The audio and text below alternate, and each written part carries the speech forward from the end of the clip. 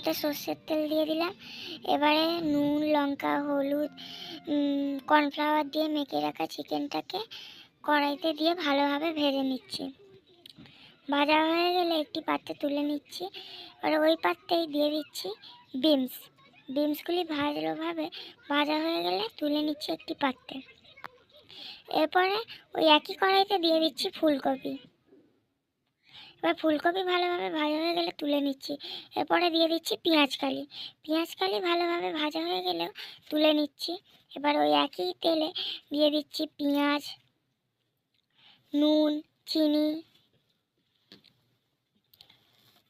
ও আদা রসুন গ্রেট করে দিয়ে দিচ্ছি। এবারে দিয়ে দিচ্ছি একটা মিডিয়াম সাইজের টমেটো কুচি। এবারে ঝাল হওয়ার জন্য 2টি কাঁচা লঙ্কা, কাশ্মীরি রেড চিলি পাউডার ও হলুদ গুঁড়ি দিয়ে দিলাম।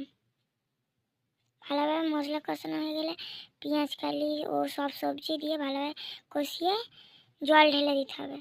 এবার জল ঢালা হয়ে গেলে মটরশুঁটি দিয়ে ভালোভাবে কষিয়ে নিতে হবে। নিয়ে আগে থেকে ভেজে রাখা চিকেনটিকে দিয়ে দিতে হবে।